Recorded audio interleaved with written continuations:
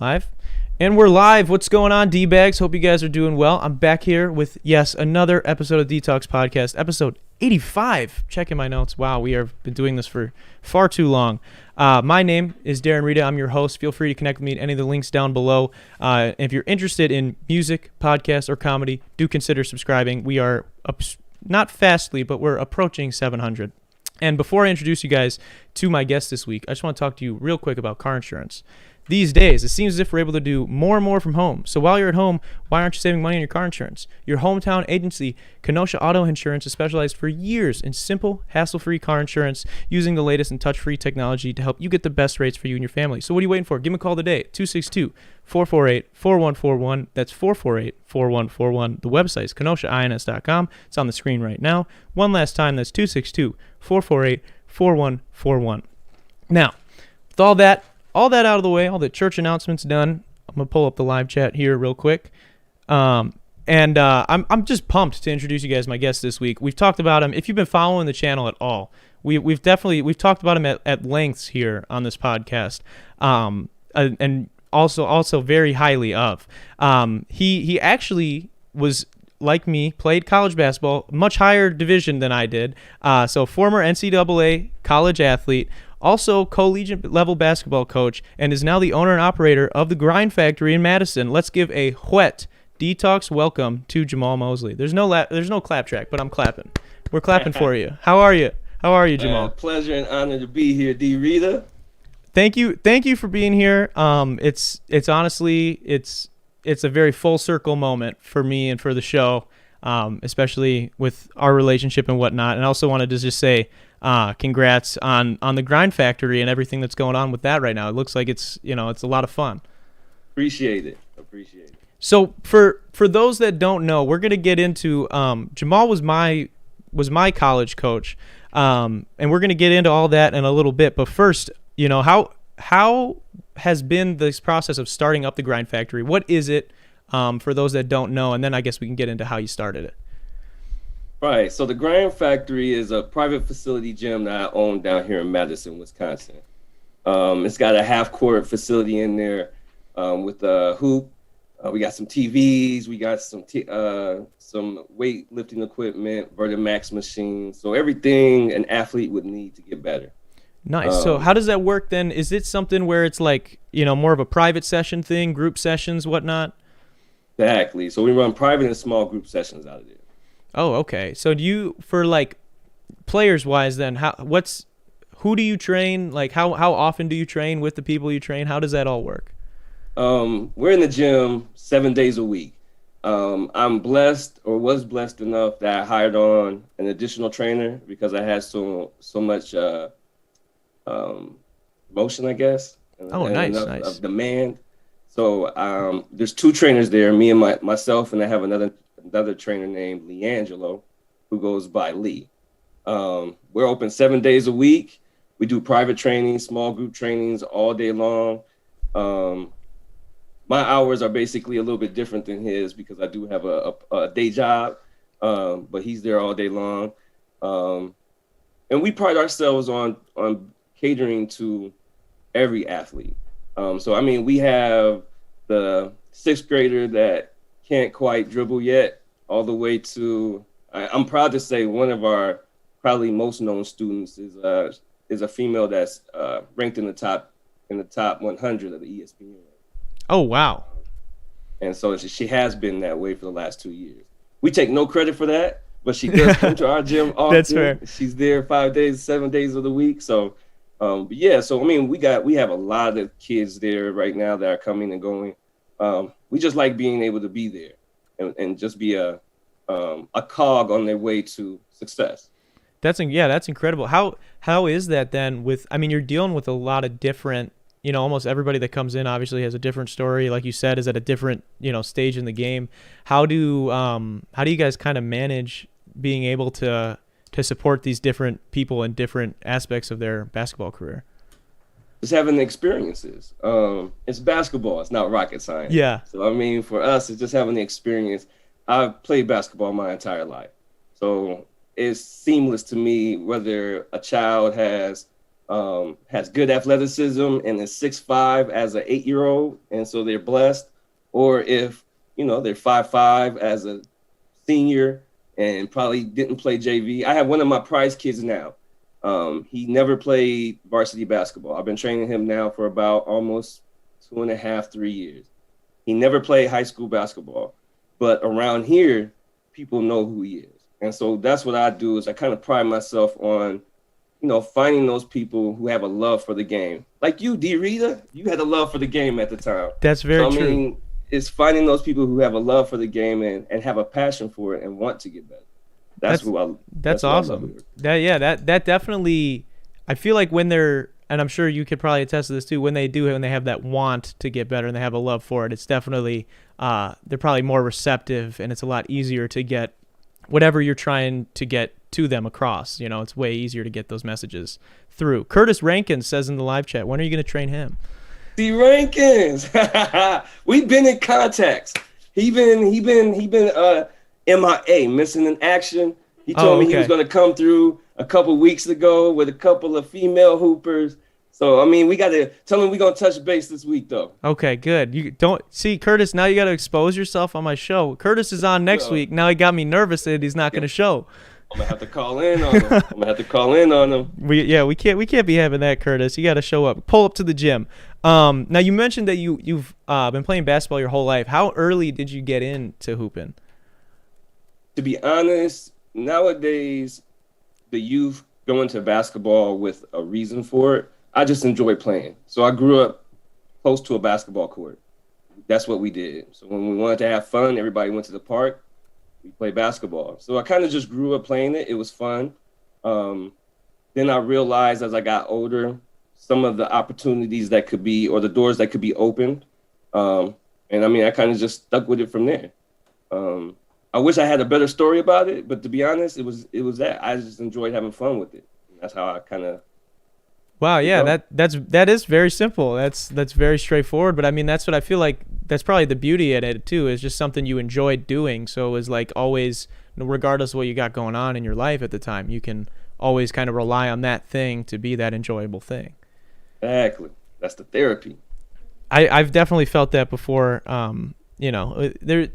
You go through difficult patches in life, and I think the one constant, that's something that's hurt me a lot in this whole pandemic thing, is I don't really have access to hooping. Like I've gotten to go outside a couple of times and play, but even when I stopped you make that trek 1.5 hours, D. Rita, we got a gym waiting on you. I'm gonna have to come through. I want to touch up my skills because I was very much a different, like an advanced version of who I was when I left you, when we didn't get to see each other anymore. I kind of progressed, and I don't want you to see me in a regressive state. I got to get back to my former glory before I come there.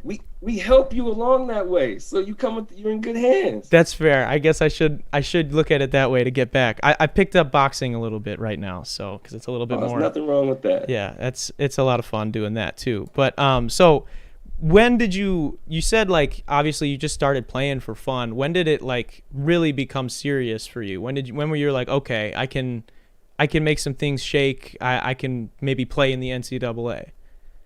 To be honest, well, my freshman year of high school, there was 5 of us that had the opportunity to play play varsity as freshmen. And so I think that's where I started to develop the competition and the vision to see what was past just high school sports. Mm-hmm. But I don't think it really hit me until like my junior year. And then I think something clicked my junior year where it was like, you can get a free scholarship out of this. You can get other opportunities out of this. You could possibly make some money doing this. That's what I saw. And so that's where I tried to get to. That makes a lot of sense. Yeah. Did you have a mentor? Did you have somebody that like pushed you? Were you like a very talented, or were you somebody that maybe the game kind of didn't come as easy to? What I would like to say is everybody, the term now that the young people use, out of the mud. I would like to say I got it out of the mud, but to be honest with you, along the way, you're always going to need a couple of people. I had a couple of gentlemen along the way that took time out, and they would never get the recognition. Probably not watching this. Curtis Bell. I'm from Iowa, Des Moines, Iowa. So that's one. But there wasn't when I was coming up, there wasn't a lot of playing college basketball wasn't as much of a dream as it was now. You didn't find that many people that had done it before. So I didn't really have any mentors or people that came before me that could kind of direct me on my path. My pops is 5'5", all of 5'5". Oh, wow. Maybe 150 pounds. He didn't play basketball. So, I mean, it wasn't much that he taught us from that level, although he did coach us. There wasn't much that he could teach us from that playing aspect.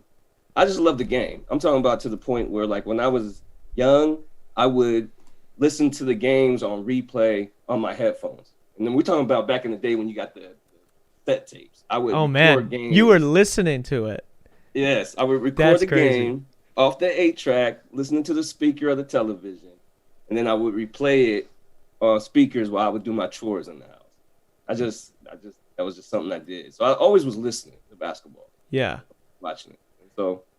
Wow. So when did you was your dad your coach in high school too then, or no? Up until 9th grade he was. Okay. So when you transitioned in high school and your junior year, when you started to take things a little bit more seriously, did your coach notice okay, Jamal's nice. We gotta make something happen? My coach wasn't my fan. No, really? My coach wasn't a fan of mine. Taught me a lot. I give him respect for that. He taught me a lot about what things not to do, what things to do. My father always said you can learn a lot from a dummy, not calling the coach a dummy. You can learn a lot from a dummy. And so I learned a lot from him, but he wasn't a fan of mine. Once again, that's why I kind of say I got it from the mud. Despite what the coach did or what he tried to do or attempted to do, I was still able to. He didn't stop my recruiting. He hampered my recruiting along the way. He didn't stop my recruiting. So, wow. But he wasn't a fan of mine.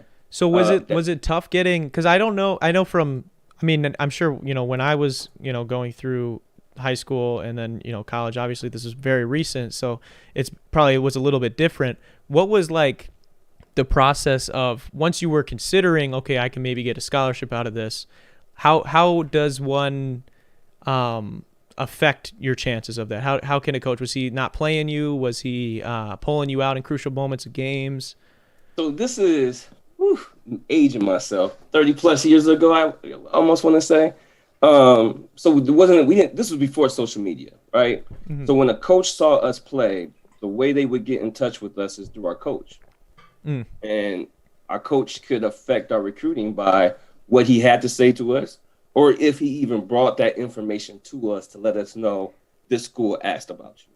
I had many situations like that, where a school after the fact would be like, yeah, we sent you a letter, or we tried to talk to you. And I never knew it because my coach never brought it to me, or my coach never talked to me about it. Wow, that is ridiculously sideways. That's bad. That is awful. You learn though. Yeah. I guess it's the adversity. My whole life, everybody has their ups and downs and their stories. I've used my adversity. I'm going to learn from my adversity. I'm never going to allow it to affect me detrimentally, right? So for me, I've always kind of taken it in stride with the idea that I got to learn something from it. And so when he started doing that, all of my other teammates played at that time. Once again, we're talking about 30 years ago. They played on what's called select teams. These teams would be selected kids from all of Iowa, and there'd be maybe 12 to 15 of them, and they would go play different states and get exposure for college basketball. I was never on any of those teams. I found my outlet by going to exposure camps by myself, individually. Oh, wow. And by going individually to these camps, I began to get my exposure in my recruiting.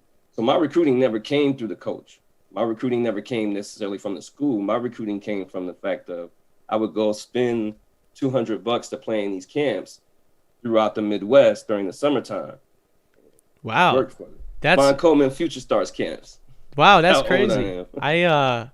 That's wild. I know I actually ended up going to, I forget the camp there was a camp that you were kind of suggesting that the team go to when I was a freshman. I can't remember where it was. It was at this NAIA showcase in Chicago. Mm-hmm. That's where it was. Yeah. Yeah. And I went there with Tim, and And I don't know, like for you, I'm sure the camps obviously had more things going on. For us, it was like the guys that were there were a joke. Like there was like three dudes that could hoop, and then these other dudes that were just jacking threes the whole when we got done with all the drills and we got into the scrimmages, where the recruiters straight up just told the people running the camp, don't let them shoot threes anymore. So none of us were allowed to shoot threes anymore for the last half hour. Right. And I was pissed. I was like, dude, I'm 5'10", and that's what I That's do. your game. I was like, wait, I can't do that now because these guys are scrubs. So it was a bit of an experience for me. But I always wondered because when I got in touch with some other coaches, they had recommended camps like that. So obviously they did work, and in your case, it did. So Yeah, it worked for me. And that's the thing about even basketball now. There's way more outlets and ways to get to where you're trying to go now than there was back then. And that's why I try to tell the kids, keep your options open. I think I used to tell you guys this. It's not about if you do it. It's not about when you do it. It's if you do it. yeah. Take your time, make the right decisions for yourself. Try to put yourself in good situations, and then let the rest just shake out. Yeah. See where it falls. If you're in it for the long game, it's it's gonna happen for you. It might happen for somebody else quicker, but and it is. It's just like life and a lot of things. So Yeah, exactly. that's what I think we were talking about that. Just before we went on the air, how many things you can learn from the game of basketball. You've gotten like the luxury of playing and coaching. So what's something, and we'll get into the coaching in a second, but I guess what's something you learned as a player that kind of transitioned into life? Besides that, I like being a player more than a coach. That makes sense too. But to be honest with you, I take a lot of things from my playing days with me into my life now. Kind of like when we had this conversation before we came on here. Just going through different things in your life, you can, compare them to situations you've been in on the court or through basketball, and not saying that they prepare you, but they do prepare you. So, I mean, it's not like you're blindsided by something. Yeah, they kind of provide you with examples almost. Like Exactly. I know for myself, it, even, in the year that you were there when I was a captain, and then the next year, there were a lot of times where I would be frustrated with maybe an individual or a couple of people, and like even if it's like a work ethic thing, right? And you sometimes you just want to tear somebody's head off and scream at them, but that's not going to work for that guy. They're not going to respond well to that. And then you got to think like, how would you want to be talked to in that moment when you're fucking up? And like those are things that like, okay, you think this guy is just freaking out on a basketball court, but like if you're working at if you're working in an office and somebody's not getting their reports on time or whatever, you want to freak out, yell at them the same way. You got to know how to talk to people. You got to know how to work in it as a team in life. And so I think there's a lot of things you can take away from basketball. You hit the nail on the head. That's exactly it. That's what it is for me at least. So that's how I see it. And when this is now, I want to get into your coaching. When did you decide? Because you played, like we said, you played NCAA ball. How many years did you play NCAA ball? All right, so I took the scenic route. So I originally started out at the school called UTSA. I played for a year there. I got homesick, so I transferred to a school called Drake University, which is in Des Moines, Iowa, which is where I was from. Okay. During my sophomore year there, they had a coaching change. And so I ended up having to play for my position. They brought in a coach that wasn't running the same style that the previous coach. The previous coach was the one that recruited. So when he left, it kind of left me with this new coach. And the new coach didn't take a liking to me. So I ended up transferring to a Division I JUCO in Kansas. I played for a year there. Then I had a child, and then began my basketball vagabond. I became a basketball nomad. I played for money, played semi-pro, tried out for some pro teams. I had a little stint overseas. Oh my goodness, you played everywhere.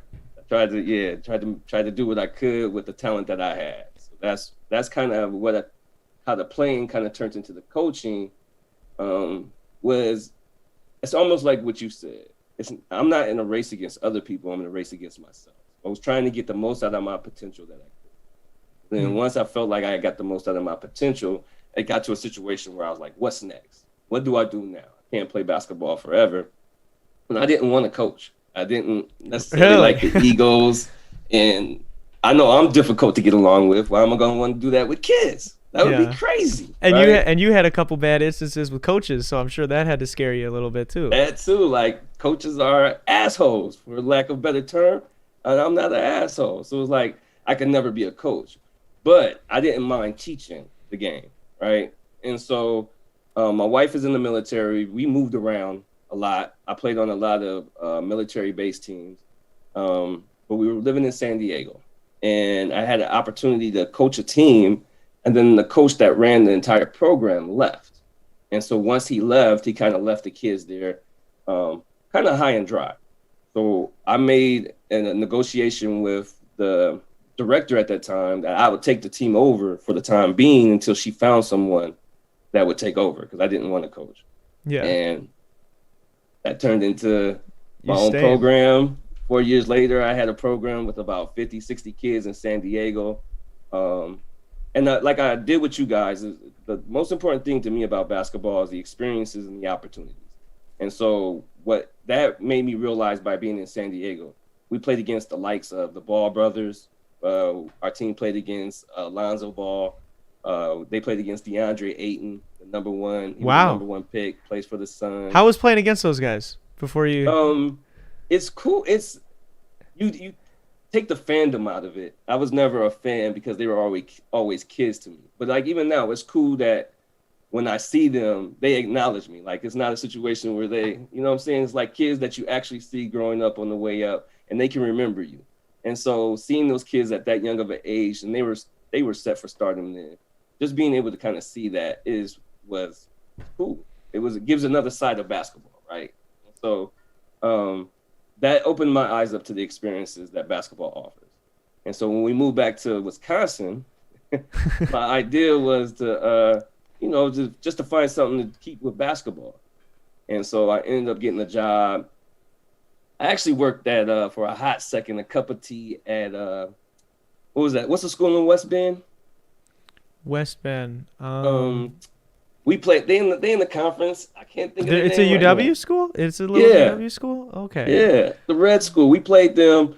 We had a couple of hotly contested games against them. They had some talent back then. Was it who was the one? Not Germantown. There's I know there's like Marinette, and then there's the other one that I know. Tyus is in the chat. Tyus, let me know what it was. I can't remember. Things like UW West Bend maybe or something like that. But I coached there for like half a season.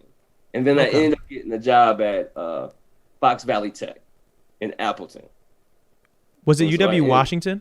There it is. Washington. Okay. UW Washington.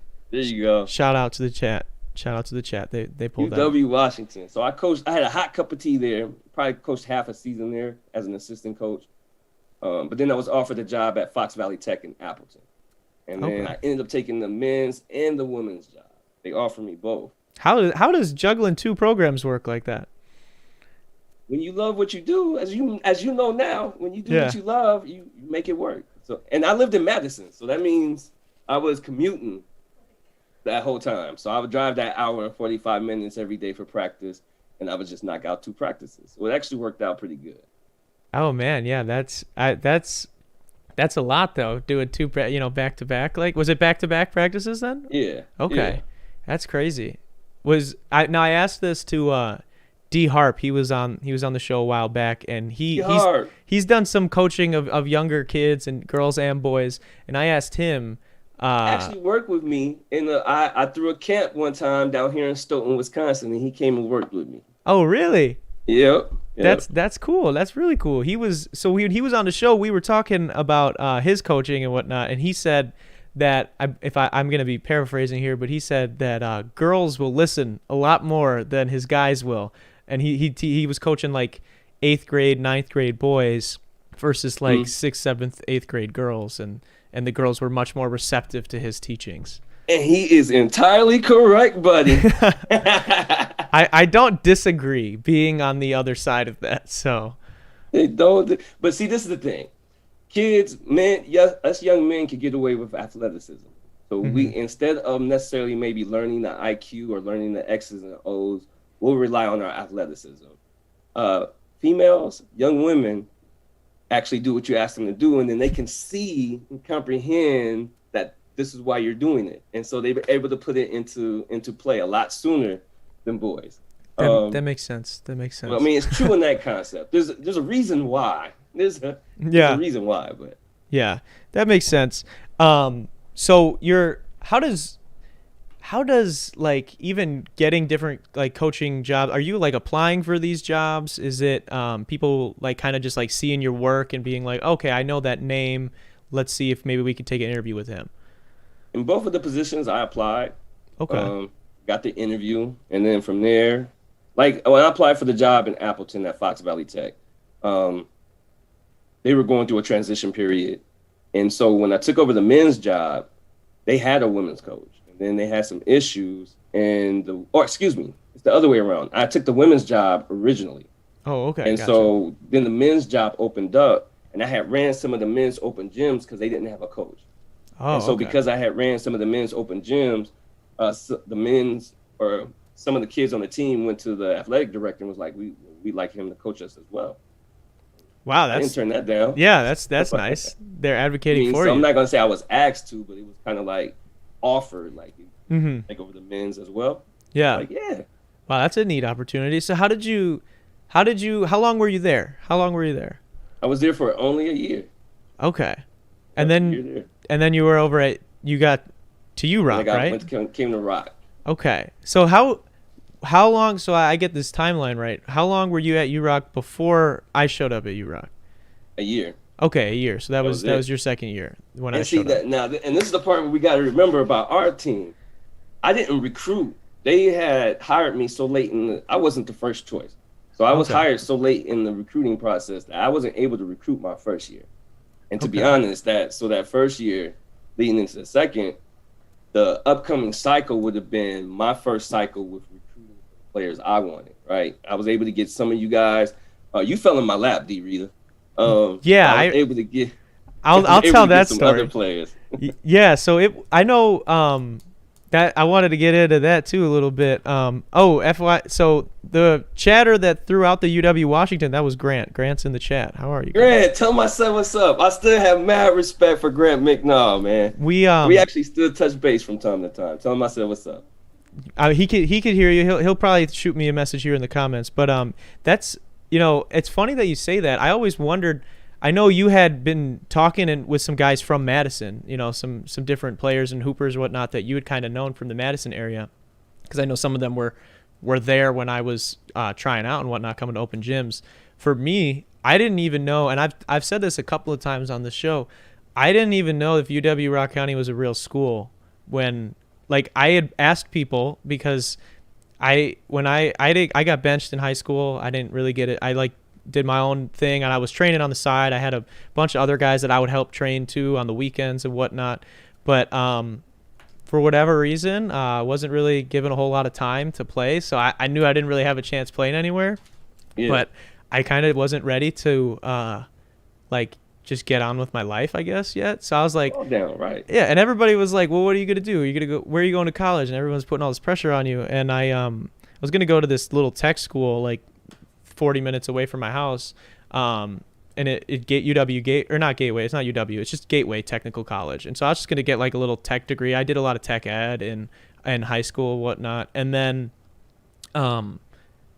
Tim and I were in a study hall. We were bored and we were kind of going through options, and we saw this thing, UW Rock County, and I was like, oh shit, they have a basketball team. I was like, I've never even heard, like, I don't even know if they exist. So like, I feel like there's not a lot of people going there. Like, why don't we try? But then we would like ask people if they'd ever heard like of the school, or when we would bring it up, people would be like, where the fuck is that? Like, I'm like, Janesville, like people knew Janesville and they knew of Janesville, but nobody knew that there was a college there. And there's two colleges. And you would never know that. I didn't know URock was there before I applied. It's kind of hidden right there on like a little, I mean, it's like on the edge of Janesville and whatnot. And and yeah, I didn't know it was, I still hadn't, I remember I messaged the athletic director, I messaged Grant, and I was like, hey, can I get in contact with your coach? And he just like sent me your email right away, and then you sent me when the first open gyms were, and then I showed up, and then the rest, it worked out. Yeah. Yeah. What how was like getting the job at UROC? What was the process like? Did they come to you, or did you apply to that one too? Nope, I applied for that one. I wanted to get closer to home. I'm gonna be honest. So like, Appleton was an hour 40. The way I saw it, UROC was about 40 minutes. I cut down my commute by an hour. Winning. So I applied for UROC. Once again, I wasn't the first choice. But then I was offered the position. I humbly accepted it, and it was kind of that easy. I met with Grant. Me and Grant had a good interview. Obviously, he saw something in me to offer me the position, and we went. Crazy. So when you kind of like when you take over like the head of a program like that, like what is, I mean, obviously, we're talking UROC, we're not working with a ball and budget or anything like that, but what do you do, or what are your first steps like when you get the keys to the kingdom? Like what are you trying to do and implement? I know you couldn't really recruit the first year. Yeah, it's not unlike running an AAU program or running your own program. The first thing you want to do is set a culture so that, people that come into the program or who come under and want to play with you kind of understand what it entails, right? Mm-hmm. And so you want to put good people around you, responsible people around you. And I was blessed enough that first season at UROC, although they weren't kids that I was able to recruit, they were a good set of kids. They worked hard. We did the best with what we had. Obviously, we know what the facilities were like and what that conference is kind of like. So I mean, we did the best with what we had. But then to be able to recruit, the fun part was to be able to start to put together the pieces to recruit for that second, third, and fourth seasons, hopefully, right? Yeah. And start to put together not only that culture, but that just that consistent winning feeling that comes with having a good culture. Yeah. But part of having a good culture also is having that family aspect. So one of the things that I wanted to do was like when kids came into the program was know that when they came into the program, they were going to be a part of something a little bit different than what they had out there. Like you would come into not only a team, you come into a family. You come into friends. You're going to meet people. You're going to be around people that you're going to know possibly for the rest of your life. I got to say, I think you succeeded as that. I mean, I've had, you definitely succeeded at that because I've had probably the whole fucking team on my show at this point. And we've all hung out and hooped for after. Good. I've had some of them, Curtis, who's going to be on next week, lived with me basically for several months. And it's a diverse bunch. And see, that's the thing that I prided myself on is like our team, the season that we had, that team ran the gamut as far as diversity. We had almost people of all walks of life, whether they were homeschool Christian kids or from the hood, like Ed Laird. Shout out Ed Laird. I don't know where he's at anymore. But I mean, we were able to mesh all those people together, and you guys were able to work together, be a team, be a family, root for each other, and that's the beauty of having a team, right? So those are the benefits that often outshine the winning and the wins and losses.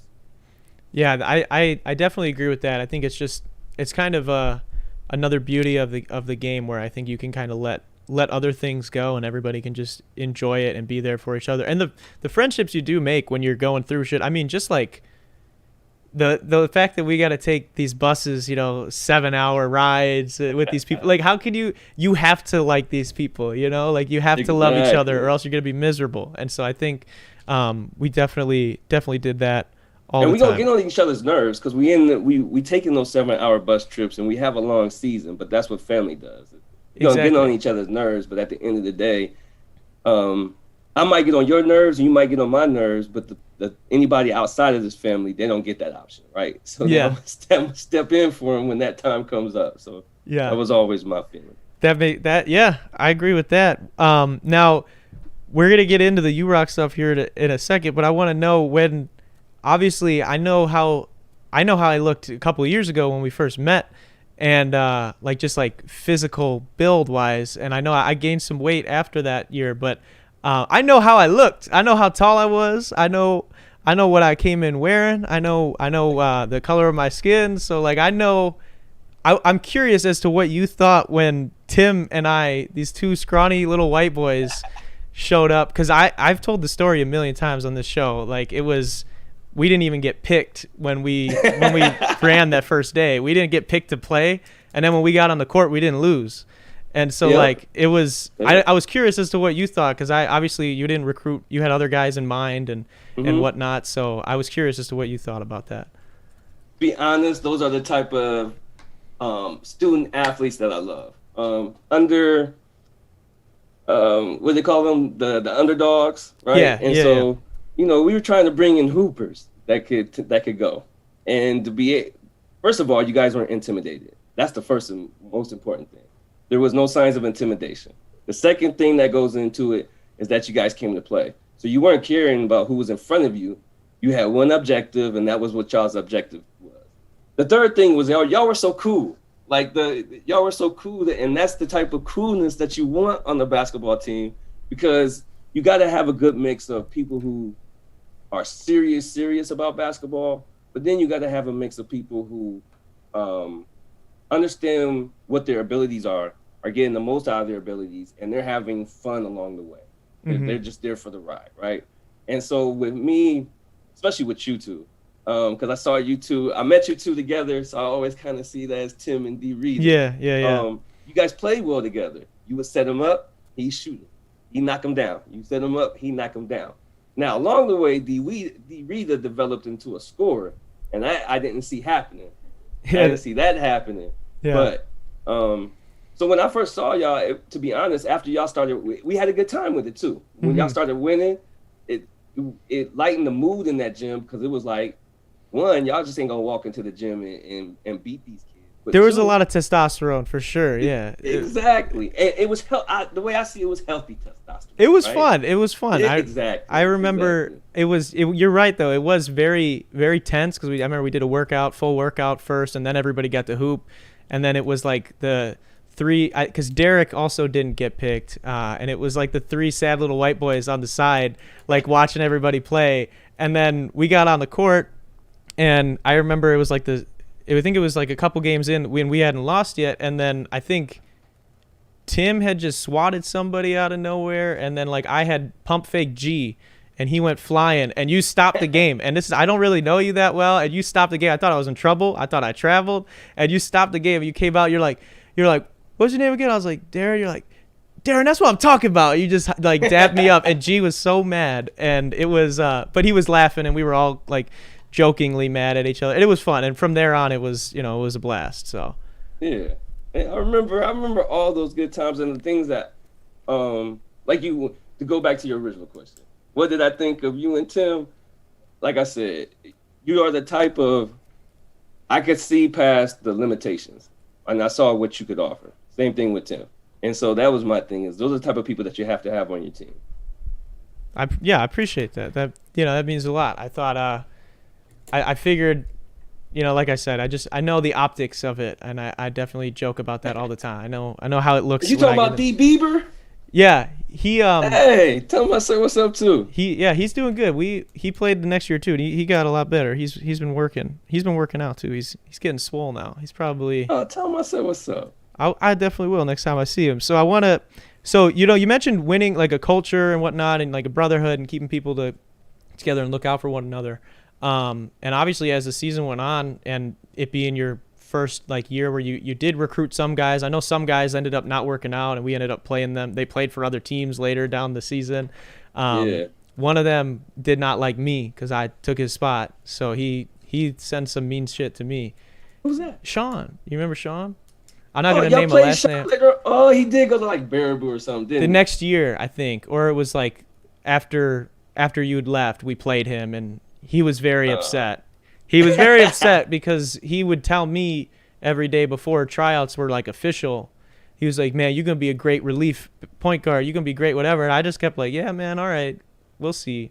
And like he would talk mad shit to me. So then when he didn't get the spot, he bounced. So. About to say what happens, the proof comes out in the pudding. Yeah, but he So yeah, that stuff happens, and obviously you're building the culture and getting the guys that you did get in there. It obviously worked because we were the best team in the league. We until what we're going to get into in a minute, we literally hadn't lost. Right. We were undefeated, and they was in trouble. And only a couple games were close. Like most games we were scrubbing these guys, which something my following year very much frustrated me because I knew who I was playing against, and so taking losses to these people that I was scrubbing was very upsetting for me. But and we hadn't even gelled as a team yet. Like y'all weren't even. We had just came off like almost a month and a half layoff. Like, yeah, and I still like with the guys I felt comfortable, but like when full court pressing and the whole game and having to guard some of the better players on other teams and whatnot every game. Like I felt like I wasn't my full self yet, and I was playing all right, and all the guys were playing like out of their minds, and I felt like nobody was really 100% comfortable on the court yet. Yep. And so I think that says a lot too about the culture you were building. But obviously we were kind of building up to this moment. So I've laid it out a couple times on the show, and I'd like to hear your perspective. I forget how many wins and then we go to play UW Waukesha like halfway through the season. And then I kind of just want to hear your story on kind of events that unfolded that night. Because I've described it as being like a movie, and then I described the whole foul situation that led into some verbiage being used by someone else in power, and then obviously the other events that happened. So, right. First and foremost, the situation in Waukesha should have never happened. Yeah. I don't have a problem ever owning up to my responsibilities in an issue or in a situation. But at the same token, I don't back down. And that's one thing I always take to my grave. So the situation in Waukesha kind of shook out from the very beginning. We might as well just get into the whole story. Yeah. But Waukesha. Yeah, I'm curious. I want to hear what your perspective, because I've laid it out like every step of the way. And I'm sure you'll detail it in a second, but I've laid it out I had an interesting point of view because we were blowing this team out to start this game, and so I was sitting right behind you when events ended up transpiring. So I was there to witness it as well. So I kind of want to hear your perspective on it. So that was my thing too. Was like we were, once again, like you said, we came into the game being one of the best teams in the conference, undefeated. Waukesha had won the conference the year before. They weren't nearly as good as we were. Mm-hmm. They knew that. And we took care of them the first 10 minutes, 12 minutes of the game like we were supposed to. But then some situations began to occur. I still remember it like it was yesterday. Shout out Ben McDonald. Yep. But Ben had the referee was out of position. Ben had attempted to block a shot. After the referee called the foul from the opposite end or the opposite side of the court, Ben, as you and me both know, competitive, but he's a good guy. All he said to the referee was, "Oh, I almost got that." The referee took that as being, I guess, somewhat confrontational. So then Ben walks across the other side of the court, opposite of the referee, and he's talking to me. He puts his head down to cuss. And when he puts his head down to cuss, the referee gives him a technical because he said that Ben cussed at him. Well, he told when the referee goes to tell the bench, goes to tell the scores table, he's supposed to come tell the coach, this is why I'm giving that player the tech. Yeah. Well, he totally ignored me. So when I asked him what he was giving him the technical for, he just ignored me, like walked past me like there was no respect. So my thing was, you kind of have to explain to me. I've done this. So although I look young, I've been coaching and played at the highest levels for years. I know what you can and cannot get away with. You have to kind of explain to me what my players did wrong to automatically. And we got to remember, Ben had just checked in the game. He had probably been in the game maybe all of 2 minutes. Yeah. So you kind of got to explain that he didn't give him a warning. You kind of explain to me what he did wrong, and it snowballed from there. I guess I upset him by asking him to tell me why he gave him the technical. So he said, "Do you think I got to come talk to you?" And I told him, "Yeah, you do got to come talk to me, and you're gonna come talk to me with some kind of respect." And he rushed over to me. It was about a maybe about a foot away from my face, breathing all hard, mad, and was like, "Get back in your box." And then he used I took it as a derogatory slur. "Get back in your box," and then he pointed to the box. I did an exemplary job of holding my composure. I mean, yeah, he was throwing the word "boy" around in there multiple times, and that's what I've been on record of saying, like, retelling the story just about exactly the same as you've retold it so far. So yeah, you're not wrong. It was absurd, and the only reason I know is because I was literally sitting behind you because we were busting them so bad that you had just pulled Jake, myself, and the rest of the starters. Right. And so that was my thing. I grew up, once again, I'm a black male from Iowa. I've been dealing with racism my entire life. Sports is no place for racism. And so when he did that, I kept my composure. I think at halftime, when we went into halftime, I kind of told you guys, I don't know if we want to keep playing. And then you guys are kind of like, we haven't played since Christmas. I think this was January. We haven't played for like a month and a half. So we were like, let's go back out and finish this game. Well, I went back out with the purpose of, let me find out what the referee's name is, so that after this game, I could take it to the commissioner and we can talk about why this occurred. Yeah. Well, Waukesha has a booster, and this is the part that we didn't want to get into. So in the programs, Waukesha had a booster club. No other there's some other programs, but a majority of the programs in that conference did not have a booster club, which means that they got extra money from fundraising and doing other things that went back into their program. Yeah. One of the things that we have is a budget. And so each team had a budget. Our budget wasn't much. And with that budget, you have to purchase basketballs, uniforms, and then you have to have a statistics program. The statistics program is what keeps your statistics, as well as it keeps the information of referees and whatnot. So at halftime, when I went to go get the statistics sheet, they told me they didn't have one. Waukesha chose not to use a statistics sheet. But if we remember, every player on Waukesha's basketball team had Nikes. They all had team Nikes. Yeah. So one of the things that the program or the athletic director or the coach gets to decide is how that budget is used and utilized. Yeah. They chose to skirt and use the funds for something else rather than get a statistics program, which means I can't get the referee's name, right? Yeah. So the game starts in the second half. He continues to ref the way he refs.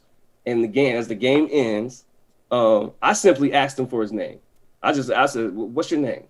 And he ignored me like he had done initially. And so I asked him again, and he told me, "Why don't I just go home?" And then he walked out. Now I did the I'll say this too before you get into the rest. He didn't just walk out. The three of them kind of booked it out of the gym. They kind of ran in a light jog, I should say, out of the gym and didn't shake hands with any of us. And see, and that was the thing, is like, I'm the only one, I guess, who has the camera, the game filmed. After the game, you see me walk across the court to talk to him. And he's already started the light jog, but I just wanted to talk to him. And so I never changed my gait or my walk. I just followed him out the door. Now that was my fault. As a basketball coach, we know better. But I followed him out the door because at this point it was just like, I've taken enough disrespect. I just need your name, and I'm done with it. And so when we went out the door, that was what I told him, was like, I need your name. Not because I'm going to do anything else, but you'll never coach another UROC game again. There's one thing as a basketball coach I can do is we can request that certain referees not ref our games, right? So my thing was, I'm not going to sit here and try to take money out your mouth, but you'll never ref another one of our games. I'm going to request that. And I think that's what got his goal. And so we're outside, right outside the gym. And y'all know me. I pride myself on being cool. I even dress cool for the games. I don't sweat, right? And so when we got out there, he was still a little boisterous and belligerent. And he stepped to me to tell me, why don't I go home again? And my son happened to be at the game, and he was filming. So this is where messages and stories start to get diluted. It went from my son was a part of the basketball team, and he was one of the guys that jumped on him. But my son just happened to be up there filming the game. He happened to come out when he saw the referee approach me. And when he saw the referee approach me, he didn't like the manner. And it did look, if you were outsider looking in, it did look like the referee was walking up on me, and I had stepped back. I'm not gonna lie, to push him, but when I stepped back, I had on dress shoes. I began to fall backwards, and when I began to fall backwards, what you see is the referee come out, or my son comes out. He sees the referee kind of standing over me, and he did what his son's supposed to do. He protected his father. Yeah. Put him on his back, and so from there, what happened was I took my son off the top of the referee, but then as people are coming out the door, I'm standing over the top of the referee, and me and my son look very much alike. Yeah. And so the next thing I heard was a lady yelled out, "He just punched the referee." That story kind of escalated, and it went from I punched the referee, that we jumped on the referee, and really, in all honesty, the thing that happened was my son jumped on the referee, and then that fast, it was over with. Afterwards, and as y'all know, I kind of hung out. We stayed for about a half an hour to talk to the police. They never came. And so eventually I came and told y'all guys, we gonna go home. We had another hour and some change travel. And it was like a Wednesday. We had school the next day. So I was like, we're gonna go home. We're gonna head home and they can talk to us later. And on the way home, the police called and I had to go back up to the next day and they booked me. And they told me they were totally indifferent to the boy remarks. They didn't see any issue with that at all. Yeah, it's crazy to me. Waukesha PD. I had to explain to them now, and this is in 100% disclosure. My wife is white. Yeah. My wife was there with me, and I had to explain to them, like when I told them how it transpired, they looked at me like, "Oh yeah," and so I had to explain to them like, well, that type of language when you're talking to a man of color it can be looked at as derogatory. They didn't understand it at all. And so, fast forward, me and my son actually had to go to court for it. I big respects to D. Rita, Ben McDonald, and Calvin Symes. They actually supported me while I was there. But I actually had to go through a court case. I was on NBC. My stuff made it to national news. They used a highlight of me hitting a 3. I remember being very sad about it. We were 7-0. We had one of the most diverse teams in the conference. We had great stories, and the only time we got on television ever was during that clip. Yeah. During that clip. Yeah. So we went through the whole court process, me and my son. I ended up pleading out to a lesser charge. My son pled out to battery. My son ended up serving 44 days in jail, and he had to pay the referee $5,000. I ended up serving 23 days in jail, and mine was half of that as well, as far as the restitution. Okay, so we not to cut you off, we fast forward there a little bit. I want to kind of take that piece by piece. Because this is what, from my understanding, I was always very confused as to why the police never showed up, and then we leave, and then I'm hearing that they took witness accounts and shit after we left, which right. I think heavily skews. And I didn't know this about Waukesha. I learned a lot of things about Waukesha after the fact, and I have a friend of the show, Raymond Roberts, I believe he's from Waukesha, and he's done some speaking over there on these kind of issues and whatnot. And I didn't know that about that area, that it was so, for lack of a better term, openly okay with kind of that verbiage, being, sort of belligerent, calling a grown man of color a boy to his face and telling him to sit down. Like, I don't know any other place where that's acceptable. But so I learned that after the fact, obviously. But so did they take, to your knowledge, did they take other people's accounts after we left then? Wow. Yeah. Wow. Yeah. They took the accounts. What they used to kind of get us was the account of the 2 referees. Mm-hmm. And there was a young woman. There was a young woman who said that she didn't see me throw a punch, but they took the advice, or they took the testimony of the 2 referees. Wow. And of course the other referee. Now this too, where again I hear, I get to just hear the stories because obviously we weren't really able to be in contact while this was going on. I heard that the referee had an issue where he thought it was you or your son trying to get back on him, and some lady had went to help him, and he had actually hurt some other lady. I don't know if that was true or not. So, and this is the other part, is that at the time, people find things so hard to believe. So, like, even when I told the policeman about him calling me boy, it seemed like it Couldn't comprehend it. Yeah, it couldn't be believed. When we went out there and as the situation was happening, the referee, he was on the ground. I mean, and I pull no shorts when I say this. He was on the ground, but people were coming out to help him. I had pulled my son off. People were coming out to help him, and he started he started punching people, like just random people, right? Yeah. And the people that came out to help him actually happened to be other people of color, but he was punching them. Wow. They never got their stories and never talked to them. Wow. But I mean, it kind of goes back to, I didn't know about walk.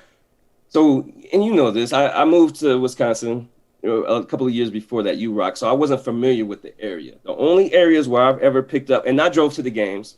Mm-hmm. The only areas where I ever had any type of issues or stops for speeding or something like that was Sheboygan. We had our issue in Sheboygan. Yeah. Yeah. Waukesha. And then it's called that Toma Lacrosse Corridor. Yeah. And what I found out from being here now is that those areas are some of the most racially depressed places in Wisconsin, right? And so I remember playing in Sheboygan. In each one of those.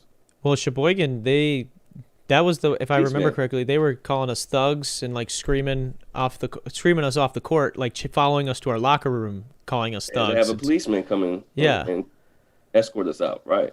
Yeah, and this is, what blows my mind too is that all this is going on at WCC basketball. That's what it was called, right? It was like the WCC or some shit, like not even like there is NCAA Division 1, 2, and 3. Then you have NJCAA, I think 1, 2, and 3. And then you have NAIA, and then you have WCC. That's how far down on the totem pole we are, and this shit is going on. Remember when I had that? I showed you guys. You did. I remember on that totem pole. Yeah. And I was like, this is where we're at the lowest of the low. So it's like at that level, the whole idea, and this was my biggest thing about the referee. At that level, the whole idea should be to have fun and to teach kids about basketball. Continue to teach them. So instead of coming to Ben, who Ben was a grown man, instead of coming to Ben like a grown man and telling him what he might have did wrong on that play, instead you baited him and gave him a technical. We're not trying to get these kids better. You're like trying to enforce punishment on a player, and that's not what we're here for. We're here to help these kids. So that was my biggest beef with the referee, but outside of the derogatory slur, was like, you're not here for the kids. You're just here to get your paycheck. And that's not fair to y'all. You know what I'm saying?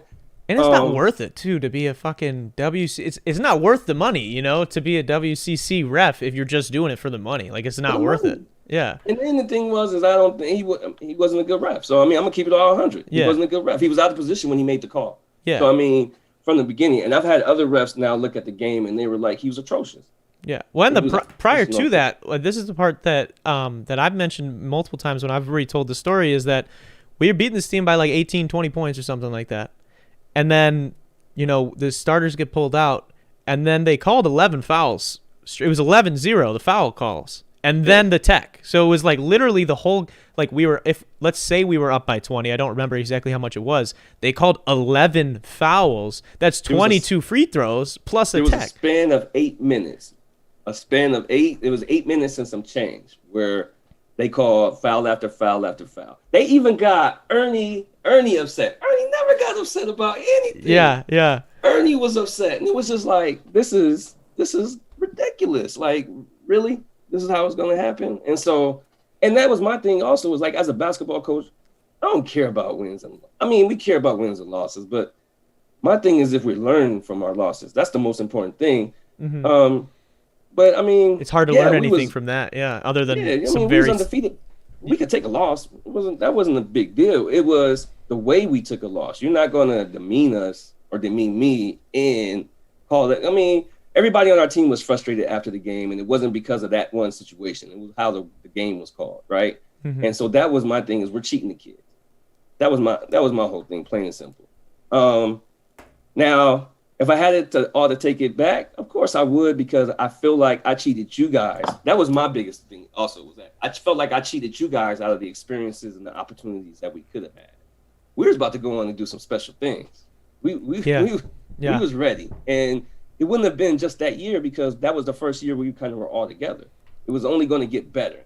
Mm-hmm. And how well you guys were doing was doing well for me on the recruiting trail, because I could show them, you know what I'm saying, this is who we are. This is a semblance of what we're building up to. I wasn't thinking like just WCC conference. That's why we had, we were playing like, what was that, River Valley and Rock Valley. Rock Valley, right? Because my thing was like, let's get the experience to like have some fun with this. A lot of you guys weren't going to have the opportunity to play past those 2 years, 3 years, because they gave you out 3. After that 3 years, basketball would be over. So let's have the best 3 years of basketball as close to the highest level that you can, and then have those experiences to talk about.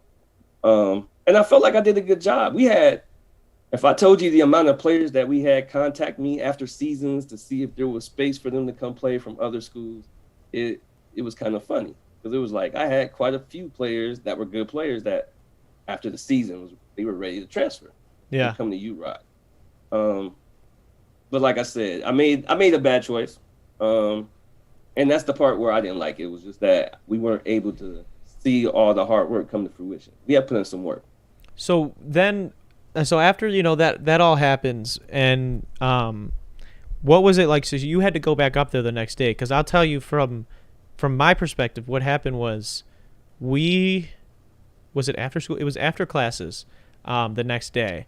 And like I hadn't heard it, like we hadn't really heard anything about it. Like literally, I don't think I might be missing, blanking, but I don't think anyone had said anything. And then we showed up. I think one of the guys had texted me and said like, the athletic director and the dean are they want to meet with us. And I was like, oh shit, okay. And so I walk into the gym, and they're there, and and we waited till everybody got there, and they told us, Jamal is not going to be the coach. He's not going to be coaching right now. There's we've got an internal investigation or whatever. I forget what verbiage was used. Basically, they said they were investigating it, and that was it. We weren't going to get to talk to you or hear anything about it until it was figured out from them. And see, so this is my thing. When it happened, because I knew there were some of you guys on the bench that could support what had went on. Mm-hmm. But at the same token, I went back and forth with my wife about this. That was, for a lot of you guys, that was your first foray into college basketball. And for a lot of you guys were young, fresh out of high school. I didn't want your first foray into sports to be me asking you guys to come support your coach because he made the decision to do something, right? Mm-hmm. So when I talked to Grant had kind of requested, Grant we didn't really say too much about the team. Mm-hmm. But I kind of had told him that I wouldn't reach out to anybody just because I wanted to shield you guys from, after it went in, I saw it on NBC. So after it hit there, and it's the one where you hit the shot. So after I saw that, it was like, all right, I don't want you guys to have to deal with any of the feedback that comes from this. So it would be better just for me to step away and fight it on my own. So if y'all notice, I never reached out to anybody. Yeah, no, yeah.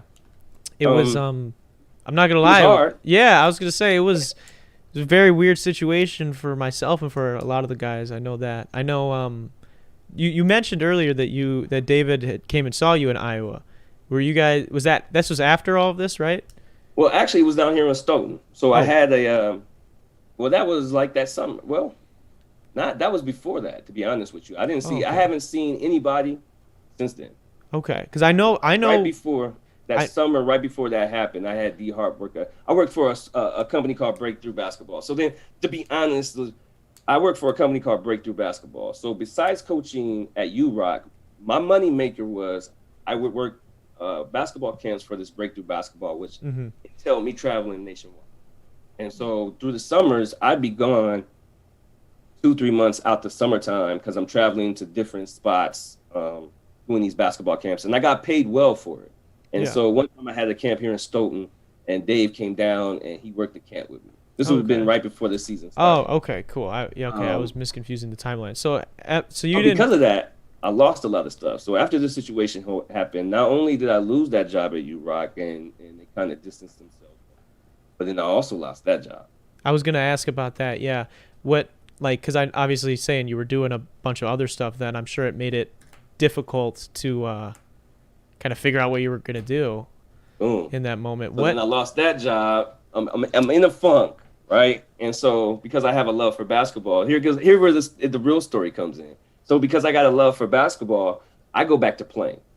So I'm down here at Princeton Club playing like I'm y'all's age again because I used to play with you guys from time to time. Mm-hmm. So I'm using that as my therapy to kind of get through this time in my life. Um, and then I end up breaking my thumb, right? Oh man. So I'm out for about 5 weeks with the thumb. I get it back. The first time I go step out on the court to play full court again, tear my ACL. Oh my God. Tear my ACL. No. Oh my goodness. I'm so Yeah, sorry. Have you tear ever my had? ACL. So I'm using basketball as my therapy to deal with all the BS that I'm going through because of this. And now, not only can I not coach, I can't even play anymore for my ACL. I'm God. out. Did you ever have knee injury before that, or was that the first time? Never before. Oh my And I'm a goodness. hooper. So my thing is, I told myself if I ever had a knee injury, I'm putting the shoes up. Time to bronze them. I'm never playing again. That's like the worst thing you could do. Mm-hmm. And so when I tore my knee, that made situations even worse, right? But they say adversity makes a person, right? It's how you respond to everything. So I went through a dark period, almost like what you were talking about. I went through a dark period. I can't play basketball, can't coach basketball. Those are one of the most important things I've ever done in my life. I went through a period of depression. Yeah. Mental health is serious. So I went through a period of depression where I was seeing a therapist and just talking out my anger about situations, about life. And so because of that, what it did was almost, I don't want to say it happens overnight, but you begin to see situations in a different light. And so instead of me looking at situations like they were dark and despair, what the therapy helped me to do was look at situations like there was always an answer to it. There was always something on that other end. And that at the end of the day, you're going to be you. The true you is going to shine no matter what. So if I'm really the person that NBC and everybody thinks that I am, then I will be that and time will tell. But if I'm really who I think I am, time will tell. And so over those, now we've been almost 3 years ago, but since that time, it didn't slow my grind, right? So I tore my ACL. Like a month after I tore my ACL, I found out my wife was pregnant with a son. And then we ended up looking forward to having a child. I never underwent ACL surgery, but like in January of that following year, when I was supposed to go through ACL injury, the doctor was like, for some reason, your knee is strong enough where if you don't want to do ACL surgery, you don't. I still play. That's I've incredible. never had ACL surgery. That's Somehow it incredible. worked. I know they say that sometimes it can heal, like depending on the severity of it, that it can heal there. So that's awesome. Yep. I mean, congrats on that. Not that you want to tear it in the first place, but congrats on being okay and on having another child. That's awesome. Thank you. And so like things just started happening after that, right? So that's why my basketball company. So I went back to training kids. I didn't have a facility, so I'm outdoors training kids at parks, wherever I can. And so what I started doing was running weekly free basketball camps at an area in Madison that was having issues with some crime. There was an apartment complex on the edge of the neighborhood, and it was having some nuisance issues. So I started running a basketball camp to try to get those kids to come and hoop and talk to them about mental health, and able to not only talk to them about mental health, but to talk to their parents about mental health. And it picked up, and COVID hit. And once COVID hit, it threw a crimp in the plans. But after COVID, I shouldn't say after COVID, but that summer right before COVID was fully on, I had 20 kids at the park regularly. We were running voter registration drives. We were doing food pantry drives. We were just doing so many different things that didn't just depend on basketball. Yeah. When they would come to the camps, they would get so much more. Wow. So Yeah. that kind of delved into my basketball and where I'm at now. That's crazy, that turn of events then. So when, I guess, kind of in that, that 3-year period then, because I know for us, we ended up, not getting to have you as a coach anymore, which was, very tough. But I the only contact that I got to have with you was the initial or the ending sentencing or whatever. Mm-hmm. And I know you mentioned that you served 20-something days in jail, so that I can't imagine, how it was getting out and then having to just kind of figure out what was going on. Did you have Huber, I think, right? Yeah. Okay. Exactly. And I remember specifically, and this was the other thing, and probably hopefully the last time I have to talk about the disgustingness that is Waukesha. I remember the judge specifically saying that he didn't think that he thought that you were a good guy, and he thought that it wasn't that bad of an issue really, and that with your son's whole thing already going on, like that was kind of already settled. And he basically made it seem like, I think I can't remember his exact quote, and I don't want to, I mean, this is fucking like documented, I'm sure somewhere, but I thought from my memory he said, you're not this monster and all these other things, but I don't think the city of Waukesha would sleep knowing I didn't do anything. And with that to read, make an example. And with that, what that read to me was, we have to make an example of it. That's okay, yeah. And so that's what that read to me was, you can't, it's not that big of a deal. It's already been settled with your son and this individual. You're not this villain that this guy is pretending that you are. But because of how this looks and because of the color of your skin, I don't think the city of Waukesha would be able to sleep knowing that I didn't do anything to this, that I didn't put you in jail for 20-something. It's not like you were, like, that's the thing that bothers me too. It's like, if it does, it like the hypocrisy of it, like it doesn't make sense to put you in, like it's showing that you didn't do anything wrong because you're only going for 20-some days. So it's like, why the fuck don't we just skip it altogether? Waste of time. And again, this is me being, I was 20 at the time or something, like, and still now 22 years old. Like, maybe I'm not grasping it, but from my perspective, that's what it reads to me. That's how it looks to me. And that's how it sounded to me being there. And I will say, having, the news there and hearing the referee speak, I was very disturbed. I was very disturbed that day.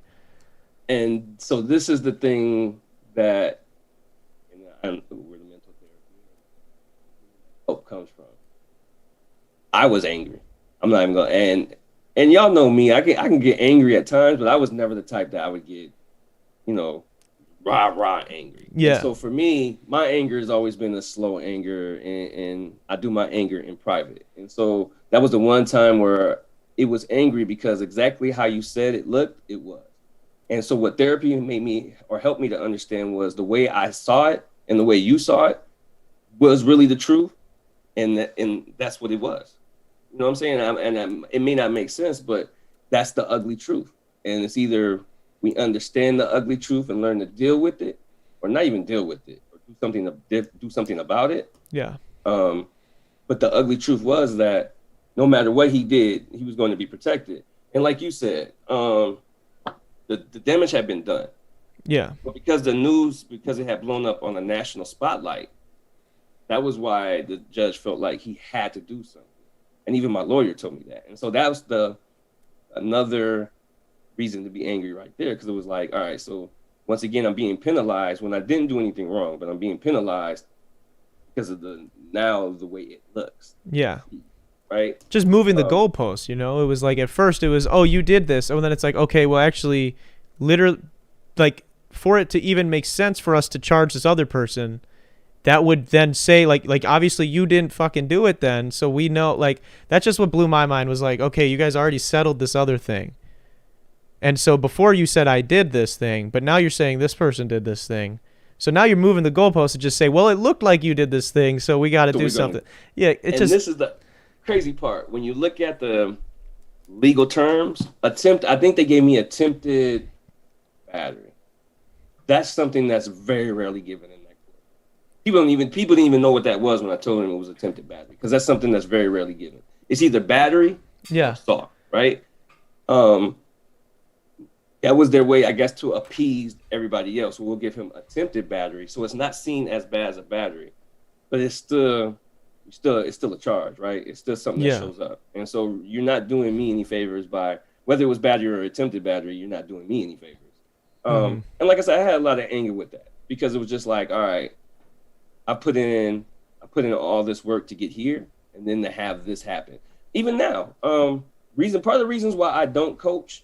And I'm running the grind factory right now. I got a lot of kids coming in and out of the gym. I've had some teams contact me. I've had some pretty high-level AAU teams contact me to see if I wanted to train or even coach their AAU teams. My thing is, I don't want to give somebody the opportunity to take my joy away from me. Because I saw how easily it happened in Waukesha, and they could do that again. And there's no guarantees that it won't happen again now. I'm not naive enough to think that it won't happen again, right? Yeah. And so that's my thing now, is they ask me why I only train. And this is why I only train. I don't want to coach and put myself in that position.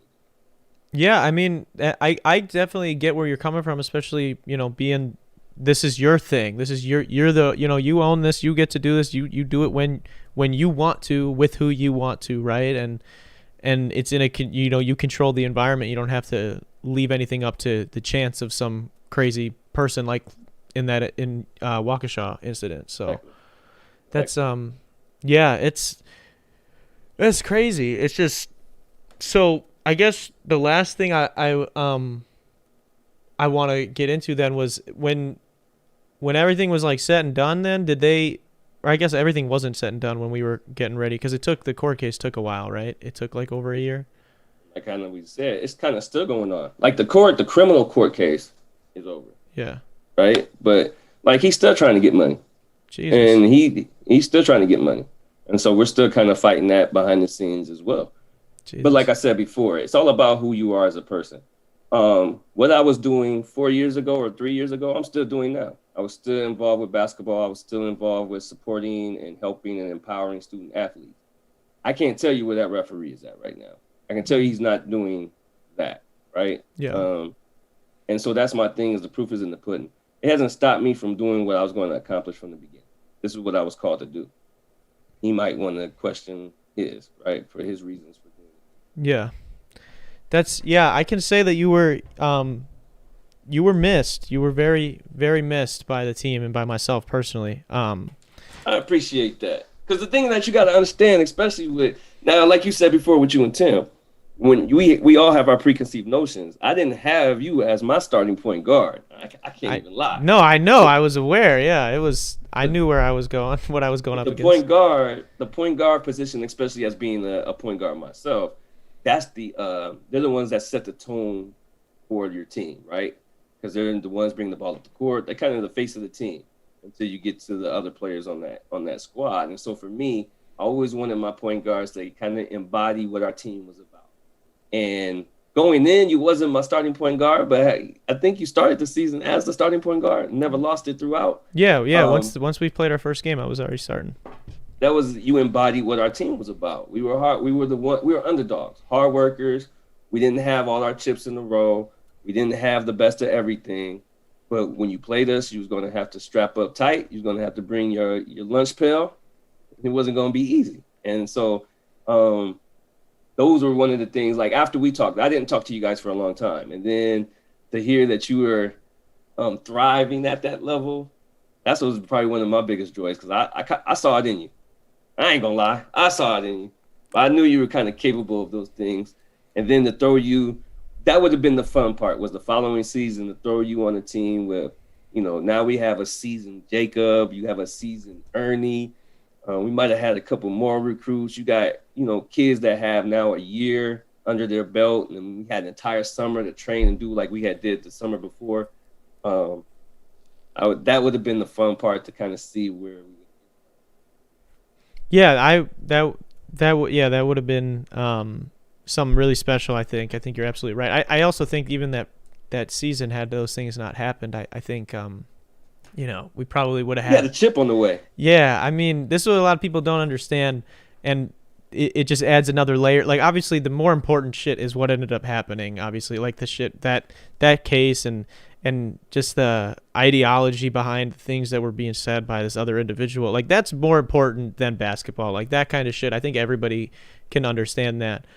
But there also was like the people, like, myself and the rest of the team, like the day to day, like, we're coming to practice now, and it's I forget his name. Bill. I forget his last name.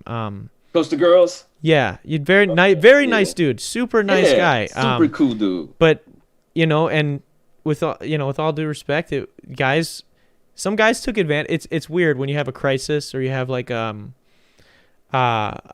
traumatic experience, something like that happens. Like, people react to it differently. So we get kind of told, like, okay, this guy's gonna be the coach for right now. Actually, Grant ended up sitting on the bench for our first game that you weren't there for, and we won. We scrubbed some team, and Grant just said, he's like, I'm just gonna let you guys know what you're doing. You guys, I'm gonna just be here because you can't not have a coach. And and he did, and salute to him. It was awesome. But then obviously he can't fucking be there every day. He can't coach the team, and so they had to get someone else in. And Bill, obviously they didn't have a girls team that year, so he stepped in. And some people took advantage of that, where he turned it. He was more of, I was a captain that year, but like D Harp and some of the older guys were the guys that, like, I guess had more say than I did at that point in time. Right. And so like they'll attest to this. They all, when that had happened, checked out. And they stopped coming to practices. Other guys just would show up and get shots up and then leave. And Bill too, he didn't. I credit him. It was kind of like being an awkward, like, stepdad. It's like, I didn't sign up for that. Right? Yeah, and I felt so bad for him, because it's like, if he tries to say anything, then it's like, yo, shut the fuck. I'm not calling you dad. I'm not calling you coach. Like, I think TJ and I had a joke that TJ would always be, I'm not gonna call him coach. I don't care. Like, TJ's just joking, but it was like that. Like, he couldn't get hard on. Like, he couldn't be hard on us because no one's gonna try. Like, you haven't been here. But then he also, by not doing anything, then people are just kind of doing whatever, and we suffered because of that. And then we had a whole nother. And that was one of my biggest frustrations right there, is because, like, I keep saying this, it wasn't what they necessarily took from me, because for me, I've been through so much in my life that I'm gonna come out on the winning end. I'm gonna make sure of that. But it was like, they took from us, the team, they took away some great experiences, right? Yeah. And that was like I said, I'm all about opportunities and experience. There were so many other opportunities that could have came if we would have had a whole nother year and a half to play, right? Yeah. Almost like what you're saying about what you going to trying to get into school. In most situations, especially with the numbers that you put up, even at the division that we were, if you had a coach go to bat for you and maybe make some extra phone calls, I would make those extra phone calls to try to get you to a school. You may have had other options available. You may not have taken them. Right? Yeah. You may still be where you're at now, but you would have had other options that you could have chosen from, right? Yeah. So I feel like that was taken from a lot of you guys. I think Jacob could have played at a 4-year. I think that was taken from him. Yeah. And so, like, for me, that's where my anger came in. I'm gonna land on my feet, but we took away an experience from you guys that they really didn't want you guys to have anyway, but we were gonna have it regardless. We had fun, we had some experiences, and that was just like the tip of the iceberg. We were just getting started. Yeah, and like I said before we went live, he was on the bench for. Grant said he was on the bench for 3 games. They were our home games. Yeah, we had 3 home games in a row. He was undefeated. He just reminded me. Undefeated. Yeah. And so that was something that we talked about off air, where I was mentioning, you could really feel.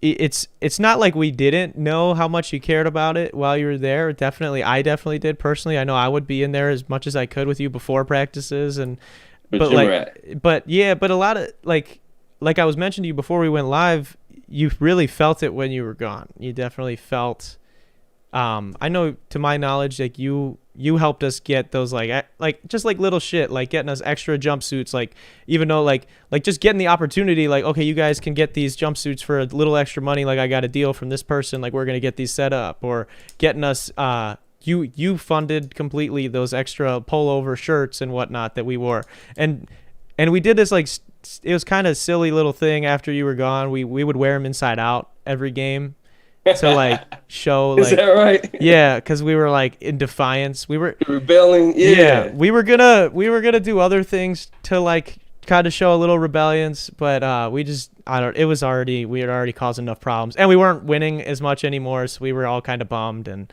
yeah, it was I'll tough. take that though. I'll take it.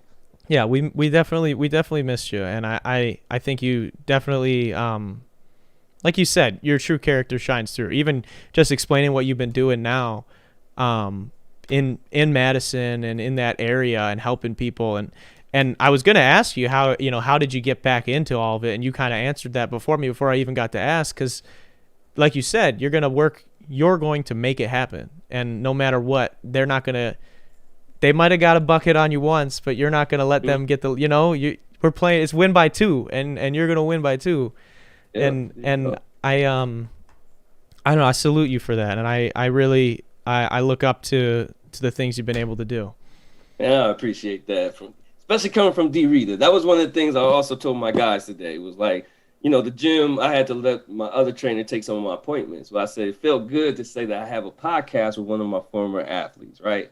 One, it shows that we not all just basketball players. We have other interests outside of that. So that was one good part. But then to be able to say that he has a podcast, a thriving podcast, right? Shows them that the other possibilities outside of basketball. There's other ways to be happy and make a living and do something worthwhile and fulfilling and satisfying. And it's not necessarily have to come.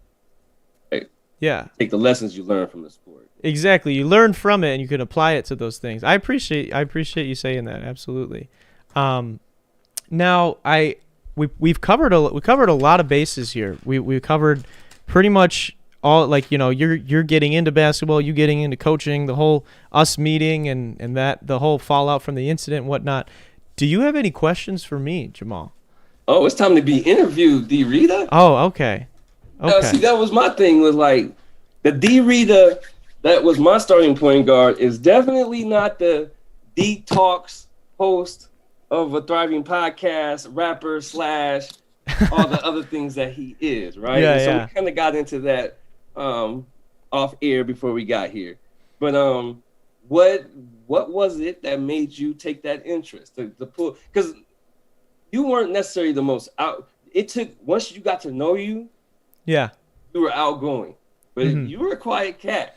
Now to see how you burst on the scenes and yeah, where did that come from? Well, yeah, I think you're right in that, like, I am definitely not like, I'm not like the most outgoing person when it comes to, like, I guess when I'm entering a situation where, like, I don't really know how people, like, what their intentions are, what other people are thinking of me and whatnot. I think I got like a little bit of an unhealthy, I call it the healthy amount of narcissism, where, like, I really do worry about how people are thinking about me, but I try to suppress that so it's not so bad. Oh, back. Yeah. But I Be think cool. Yeah. I think especially joining a team like that, I just had a lot of shit going on in my own head, where, like, I think before URock I was a lot maybe similar to how I am now. I probably grown from those experiences and whatnot, probably a more developed version of it. But when I got to URock, I was kind of on a mission to prove a lot of people that had kind of wronged me in the past, to prove them wrong, and to prove that I wasn't insane for thinking that I could do certain things. And so I think when I was showing up, I kind of knew, this guy's telling me that coach asked me to come from Madison, and he said, I'm gonna be the point guard. And I got people, like, talking to my ear. So I think once I knew that this was my family, and I knew that these guys were my brothers, then it was like, I'm cool. But, like, before that, I had to, like, I'm gonna kill every one of you until you guys respect me. Like, I gotta be on, like, some, like, I don't know, I gotta be on, like, that Killmonger. I gotta take the king out first, then I'll be cool with everybody. And so that definitely, I think I just had a lot of stress going on before I opened up like that. So Yeah. but So now I got another one for you. okay. I'll throw questions. I don't get to be on podcast often, so I'm gonna Good. talk my shit while I'm here. Good. So this is 85. Do you remember who number one was? Yeah, it was my girlfriend who's helping out behind the scenes. It was her aunt. Is that right? Yeah, she and we were both so I got this job actually right after our season, the season that you were the coach for. Because my parents owned a pizza place when I was growing up, and when I had started going to school at URock, still did. And kind of out of nowhere, to my knowledge, obviously behind the scenes they knew, it just went out of, like, literally my dad, like, I worked for my dad, and me and Tim both worked for my dad, and then all of a sudden he like called me one weekend and was like, yeah, this weekend's gonna be the last weekend you guys are working. And I was like, oh fuck, well, I gotta pay rent, like and so it kind of fucked me, and I didn't have a job. And shout out to some of the people over at URock that work in high places, really helped me out and helped me with money from time. I seriously, Curtis knows, he was living with me and Tim. We didn't have money, we didn't have food, our heat broke in the middle of the winter. We were all like cuddling in Tim's room to fucking survive. Like, it was disgusting. And so I ended up getting this job because my girlfriend's aunt worked at this like mixology bar, and I don't drink. Mm-hmm. I've never drank or smoked weed and nothing. I just don't do any of that. And I've I've been around people that kind of suffered from like alcoholism before in my past, so I just never been attracted to that kind of stuff. But they offered me to be a bar back, and so like I just stock in the bar and doing other shit. And I was like, okay, cool. Well, like 3 weeks in to me working there, all the bartenders that they hired for the summer kind of were duds, because it's like, it's not just regular bartending. It's like, got to know all the different flavors, and there's bitters, and we're smoking cocktails and all this shit. And they were like, well, you're a smart kid, do you want to try it? And they just kind of threw me in on a Friday night, and then I did that for a couple of years, and it was a lot of fun, and I made a lot of money doing that. So, but she was super interesting, and she like loves homeopathy, and I think that's how it's pronounced, and it's like all essential oils and shit. So it was like when me and my video guy decided we were going to do a podcast, we were like, he worked at the bar with me, and we just kind of looked around and we were like, Renee, you want to do this with us? And she was like, sure. So she was on the first one. And that was number one. Mm-hmm. And the rest is history. Yeah. Now we're 85 in. We're approaching 100. So it's been crazy. But yeah, I guess I also too, to answer your earlier question, because I think I kind of dodged it, was I've always wanted to do with music and like hip hop especially. I just kind of grew up like idolizing like hip hop musicians and basketball players. And I think like they're both two sports that, or not two sports, they're both two like things and cultures that definitely have a lot of like history being intertwined. Every rapper wants to be a ball player, every ball player wants to be a rapper, and I got to play college basketball and I rap, so that works out for me. Because I don't remember any freestyles or anything from D. Rita. They did in the locker room. They did play. So this is funny. The next year, they actually played. Logan Bradley ended up playing some of my music during one of our warm-ups, and he played some of my shit during our warm-ups, and that was just hilarious to me. And so that's cool. So I got to do that a little bit, but yeah, I always wanted to do it, and I think I've just always like idolized like that culture, and so I it's something I really wanted to do. And once I went to college and got away from some of the people I was growing up with, and because people put you in a box, and you kind of get there's a couple moments in your life, I feel like, where you get to choose to like reinvent yourself a little bit, and I just wanted to do it, so I just kind of took the leap and did. Yeah, look at that, evolved into what you got now. That's what it is. Exactly. Yeah, we're surviving, not thriving. That's what I like to say. So that's the fun part, man. You got to have fun with that part as well. Exactly. Curtis Rankin says that you were one of the best coaches he ever had, hands down. So, man, tell him I'll pay him later. You got to see me to make him pay, though. That's fair. That's fair. I guess that's all I've got for you, Jamal, unless you've got other questions for me. No, I appreciate you looking out for me, D. Rita, allowing me to be able to come on and kind of talk my shit. Absolutely. Cuss, right? Yeah, talk you my can shit, say whatever you want, whatever you want. and hang out with you, man. I know. I appreciate it. you being here. I appreciate you being here. I appreciate all you're doing. I know you provided a lot of guidance to me and guys in and around the team when we were around each other all the time, and I'm proud to see the stuff you're doing in Madison with the Grind Factory and outside of that. So I appreciate it, man. Yeah, I just like you said, the real you is gonna come through in the end, and I think it already has, and so I'm happy to see Jamal and the Jamal that I know. So yeah, I'll take it. And you always got a fan over here. Like I always told you, I'm gonna be your biggest fan. So I'm a subscriber. I appreciate so that. Be hearing and checking you out, man. Cool. You're gonna have to force some of the kids that come into the gym to go click that red button. So. Yeah, I told them already he was on the podcast. So you better got some good. You better the analytics better prove a little jump or something. Man. Well, I'll some people. Yeah, I'll send you I update the thumbnail and stuff in the morning, and I'll send it to you, and they'll be able to listen to it on Spotify if they prefer to do it that way too. So and that'll work. But yeah, thank you for being on, Jamal. I really appreciate just every bit of insight that you were able to give, especially getting to hear your side of things that we've talked about a lot here on the channel. I'm just thankful for you coming on and grateful to see all the things you're doing. So glad to be here, man. All right. With all that being said, I want to say thank you to our patrons who should be up on the screen right now. Thank you guys for supporting the channel. If you guys are interested and wanted to become a patron, just go to patreon.com/DarrenRita. We post over on there on Wednesdays every week behind the scenes on how we do either podcasts, how we create certain videos, as well as how we produce and mix and master songs of mine. So if you guys are interested in any of that, you can go there and join for as little as $1 a month. And we've got Curtis Rankins coming on next week. Am I missing anything? Oh, shout out to Kenosha Auto Insurance for sponsoring this episode. And that's it from me. Jamal, any last words before we end the show? Hey, I'm calling next week for C. Rankins, so make sure he know that. Okay, good. Y'all take it easy. Absolutely. All right, I will see you guys in the